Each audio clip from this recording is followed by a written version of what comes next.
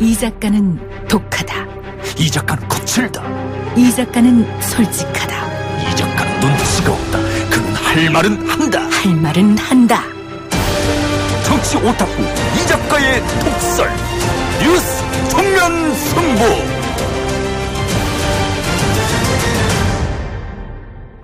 정경두 국방부 장관 해임 건의안이 나흘 남은 6월 임시국회의 변수로 떠올랐습니다.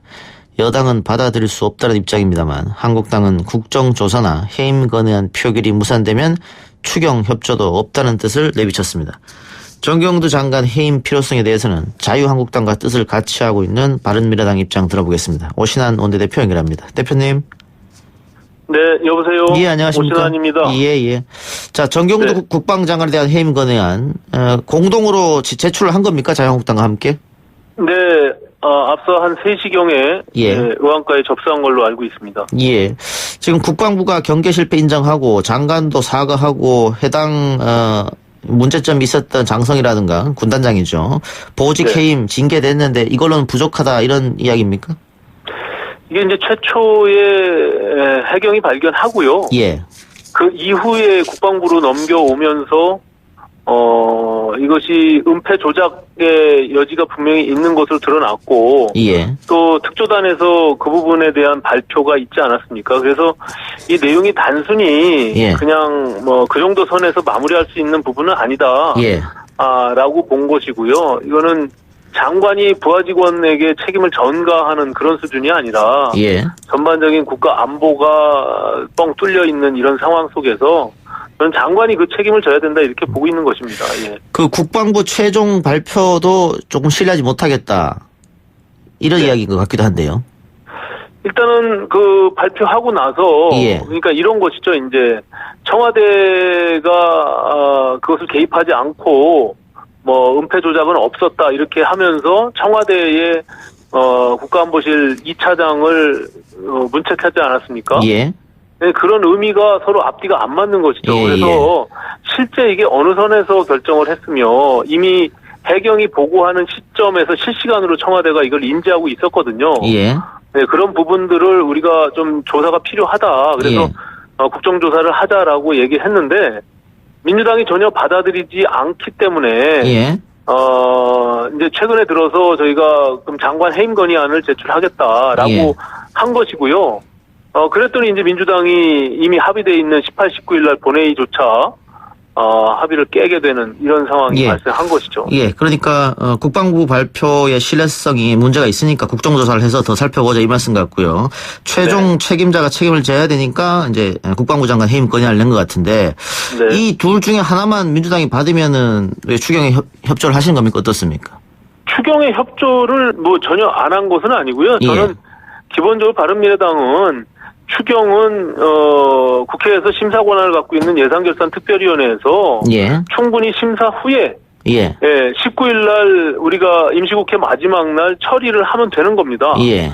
다만 이것이 18일 날 본회의 날짜가 잡혀 있는 것조차 해임 건의안을 제출한다고 하니까 18일 날 본회의는 열 수 없고 19일 날 추경만을 위한 본회의를 열어달라고 하니까 예. 그러면은 이것은 야당이 무슨 지금 민주당의 거수기 들러리 노릇을 하라는 건데 예. 그것은 받아들일 수가 없죠. 예, 알겠습니다. 예. 지난달에 24일 날 이인영, 나경원, 오신환 셋이서 합의한 교섭단체 대표 간의 합의문 그것을 전제로 해서 지금까지 오지 않았습니까? 예.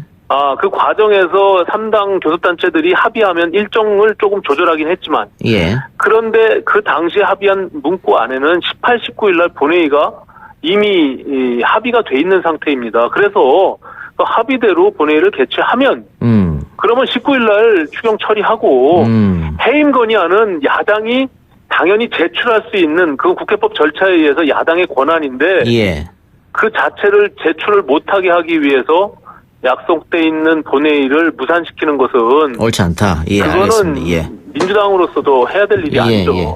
근데 이거 그 장관 해임 건의하는 것이 일단 본회의가 만약에 열려서 해임 건의안을 낸다고 하더라도 뭐 네. 통과되지 않을지는 물론입니다. 예. 그건 모르겠는데 제가 봐서는 숫자적으로도 예. 통과될 가능성이 이렇게 많지는 않은데 예. 왜 지레 겁을 먹고 해임 건의안 제출하는 것조차 그것을 막기 위해서 본회의를 무산시키는 것은 지금까지 추경했고 또 우리가 해결해야 될 여러 가지 민생 법안들이 있지 않습니까? 예. 예, 그 법안과 추경까지 포기하면서 국방부 장관 해임 건의안을 무산시키는 것이 더 중요한 문제인지 저는 도무지 묻지 않을 수가 없어요. 그 민주당은 그 야당에서 요구하는 이 문제를 정치 공세로 판단한 것 같아요. 그게 왜 정치 공세입니까? 예. 지금 국가안보에 대한 불안이 지금 증폭돼 있고 예. 이것이 은폐 조작에 대한 의심도 있고 또 조사단에서 발표하기를 이미 그것을 개입을 했다고 하지 않았습니까? 그럼 어디까지 어떤 상황인지를 우리가 국회에서 당연히 알 필요가 있는 것이죠. 그리고 예. 이것이 한 번도 사례가 없다라고 자꾸 민주당에서 주장하는데 예.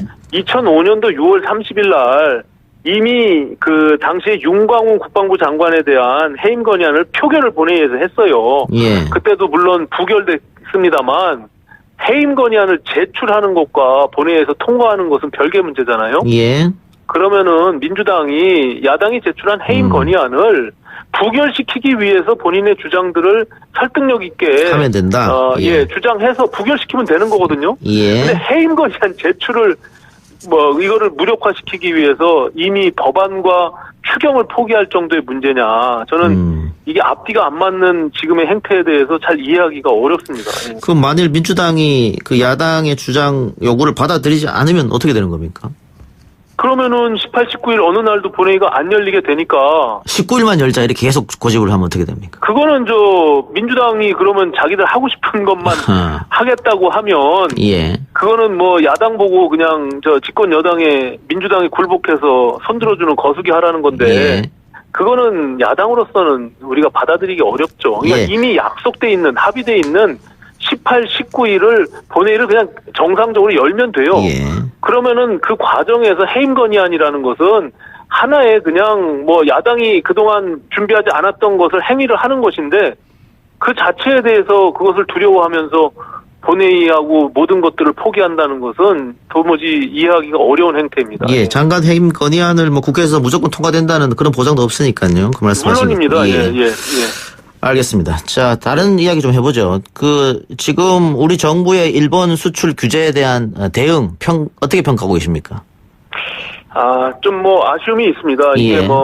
이미 예측을 가능했던 사안이고 정부가 대응하면서 준비가 좀 철저히 이루어졌어야 되는 부분인데 이것이 사실은 정치나 외교적인 문제를 경제에 치환시켜서 일본 정부가 보복 행위를 하는 것 자체가 저는 사실은 받아들이기 어려운 문제입니다. 근데 하지만 이제 정부가 이 부분을 냉정하게 바라보고 외교적인 측면이나 정치적 측면에서 이것을 해결하기 위한 또 다른 노력이 필요한데 이것을 그냥 단순히 감정적으로만 우리가 대응해서는 아무런 실익이 없다라는 측면에서 정부의 좀 냉정한 대응이 필요하다 이렇게 보고 있는 것입니다. 예. 정부 감정적인 대응을 문제 삼으셨는데요. 정부 대응 말고 우리 일반 국민들 또 시민단체에서 지금 불매운동 일본 여행 가지 말자 이런 운동 벌어지지 않습니까? 이거는 어떻게 따로 분리해야 된다고 보십니까? 어떻게 보십니까? 물론이죠. 민간 차원에서 하는 것을 정부가 어떻게 개입해서 그것을 작용하겠습니까? 다만 정부가 스스로 나서서 선동하거나 예. 그걸 감정적으로 대응하기 위한 이런 부추김을 하는 것은 저는 그것은 외교적 차원에서 하등 도움이 안 된다라고 보는 것이죠. 예. 우리가 또 정치를 해야 되는 것이고 외교를 해야 되는 것이기 때문에 그런 측면에서는 좀 신중하게 접근할 필요가 있지 않나 이렇게 생각합니다. 예. 황교안 대표가 대통령과 여야 5당 대표 회동을 수락했거든요. 여당에서는 환영한다는 입장이 나왔고 바른미래당 입장은 어떻습니까? 물론입니다. 언제든지 만나서 대화하고 소통해야 된다고 생각하고요. 예. 그 의제에 대해서도 좀 자율적으로 논의할 수 있도록 예. 청와대에서도 진지하게 그리고 이게 어렵사리 만약에 성사가 되면 정말 최초로 황교안 대표 체제에서 처음으로 제1야당과 만나는 거 아니겠습니까? 예. 그럼 좀 진지하게 논의하고 그 속에서 뭔가 좋은 성과가 일어났으면 좋겠다는 생각을 갖고 있습니다. 우리 바른미래당도 적극적으로 참여하면서 지금 어려운 뭐 경제 위기 또 일본의 보복 조치에 대한 우리의 대응 이런 것들을 야당으로서는 이게 국가적 위기에 대해서는 예. 무조건적인 반대가 아니라 예. 한 목소리를 내면서 대응할 용의가 충분히 있습니다. 예. 일본 외교적 측면에서는. 예. 그렇기 때문에 정부가 좀 냉정하게 이 부분에 대해서 바라보고 대응책을 마련했으면 좋겠다는 것이고요. 조국 민정수석의 경우 좀 너무 이렇게 감정적으로 성급한 부분들이 있는데 예. 이 페이스북 때문에 임기 내내 지금 계속 설화에 오르내리고 있지 않습니까? 죽창가 말씀하시는 거죠? 죽창가뿐만이 예. 아니라 지금 뭐 보도자료를 이미 먼저 페이스북에 올려서 예. 외교적인 큰 어찌 보면은 좀 굉장히 지금 경솔하게 행동한 부분들이 있는데 예. 이런 것들이 과연 지금 정무수석으로서 페이스북을 그렇게 꾸준히 하면서 논란을 일으키는 거에 대해서 바람직한 일인지 예. 본인이 스스로 좀 한번 돌이켜볼 필요가 있지 않나 이렇게 좀 냉정하고 생각합니다. 이성적 판단을 요구하신 것 같고요. 예. 저희가 지난주 금요일 날 하태경 의원하고도 연결했는데 하태경 의원도 지금 대표님이랑 비슷한 얘기를 했습니다. 일본의 보복 조치 때문에 국가적으로 위기 상황이기 때문에 이때는 야당이 정부나 혹은 대통령 비판보다는 또 힘을 모으는 그런 모습을 국민에게 보여줄 필요가 있다. 물론입니다. 예. 예. 그런데 일각에서는 자유한국당이 너무 대통령은 또 정부 때리게 하는 거 아니냐. 지금 일본의 네. 보복 조치를 빗대어서 그런 비판이 좀 있거든요. 같은 야당으로서 어떻게 보세요? 그러니까 이제 다른 사안들은 또 별개의 문제를 볼 수 있는 것이고요. 예.